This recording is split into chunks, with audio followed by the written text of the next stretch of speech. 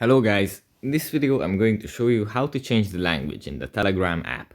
But before that, don't forget to subscribe and leave a comment down below, because at 10,000 subscribers I'm going to show you my whole YouTube revenue statistics and growth strategy. So without further ado, let's just jump right into it. First we have to open up the Telegram app, and here we have to swipe right or either tap on the three lines in the top left corner.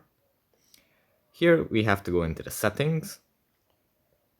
Here we have to scroll down a little bit in this list, and here it says language. We tap on this, and here in this list we can select our preferred language. There are a lot of languages, so almost everyone can find one that's convenient for them. Yeah, so that's pretty much it for this video. Hope it was helpful for you guys, and see you in the next one. Bye.